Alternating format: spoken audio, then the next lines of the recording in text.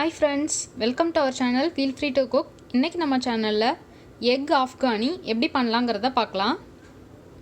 வாங்க இப்போ அதுக்கு தேவையான இன்க்ரீடியன்ஸ் என்னங்கிறத பார்க்கலாம். ஒரு மீடியம் சைஸ் உருளைக்கிழங்கு தோல் எடுத்துகிட்டு சின்னதாக கட் பண்ணி தண்ணியில் இந்த மாதிரி போட்டு வச்சுருக்கேன். ஒரு மீடியம் சைஸ் பெரிய வெங்காயம் எடுத்திருக்கேன், அதையும் நல்லா பொடியாக நறுக்கி வச்சுருக்கேன். லாஸ்ட்டாக ஆட் பண்ணுறதுக்கு கொஞ்சமாக கொத்தமல்லி இலை, 2 பச்சை மிளகாய் எடுத்து பொடியாக இந்த மாதிரி நறுக்கி வச்சுருக்கேன். 1.5 தக்காளி எடுத்து அதையும் இந்த மாதிரி கட் பண்ணி வச்சுருக்கேன். எண்ணெய் தேவையான அளவு,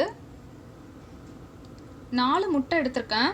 மிளகுத்தூள் காரத்துக்கு ஏற்ற மாதிரி 1/2 ஸ்பூன்லேருந்து 3/4 ஸ்பூன் இந்த குவான்டிட்டிக்கு போதும். உப்பு தேவையான அளவு. வாங்க இப்போ எப்படி பண்ணலாங்கிறத பார்க்கலாம்.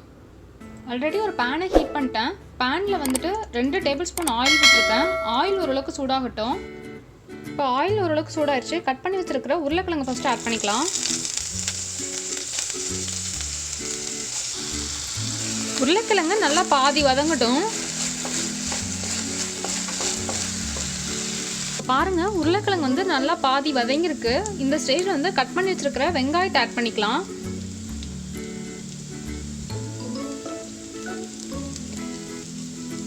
இதோடவே பாதி பச்சை மிளகாய் இப்போவே ஆட் பண்ணிக்கலாம். வெங்காயம் நல்லா வதங்கிறதுக்கு உப்பு சேர்த்துக்கலாம்.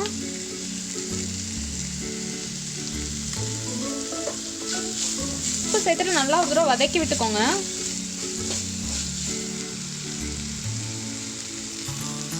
இப்போ 1/2 டேபிள் ஸ்பூன் மிளகுத்தூள் ஆட் பண்ணிக்கலாம்.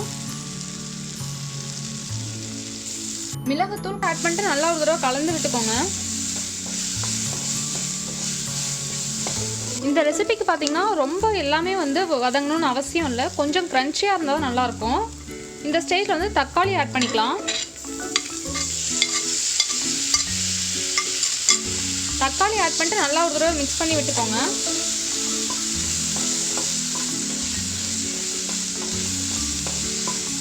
தக்காளி ஆட் பண்ணிட்டு ஒரு 2லேருந்து 3 நிமிஷம் இது நல்லா குக் ஆகட்டும். இப்போ பாருங்கள், நல்லா ஒரு 3 நிமிஷம் வதங்கியிருக்கு. இந்த ஸ்டேஜில் நம்ம எடுத்து வச்சுருக்கிற முட்டையை ஒன்று ஒன்றா உடச்சி ஊற்றிக்கலாம். அடுப்பை லோ ஃப்ளேமில் வச்சுட்டு ஊற்றிக்கோங்க.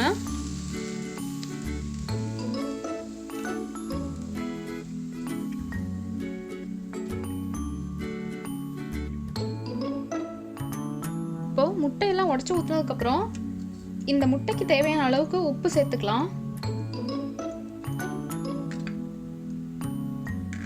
கொஞ்சமாக லாஸ்ட்டாக முட்டைக்கு தேவையான அளவுக்கு மிளகுத்தூள் சேர்த்துக்கலாம். இப்போ லாஸ்ட்டாக கட் பண்ணி எடுத்து வச்சிருக்கிற கொத்தமல்லி இலையை தூவிக்கலாம்.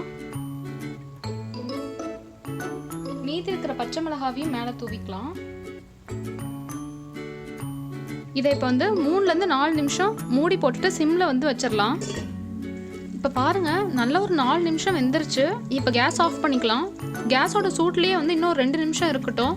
இப்போ பாருங்கள் ஃப்ரெண்ட்ஸ், நம்மளோட எக் ஆஃப்கானி ரெசிபி சூப்பராக ரெடி ஆகிடுச்சு. இந்த ரெசிபியை நீங்களும் உங்கள் வீட்டில் செஞ்சு பாருங்கள். செஞ்சு பார்த்துட்டு உங்கள் கமெண்ட்ஸை எங்களுக்கு சொல்லுங்கள்.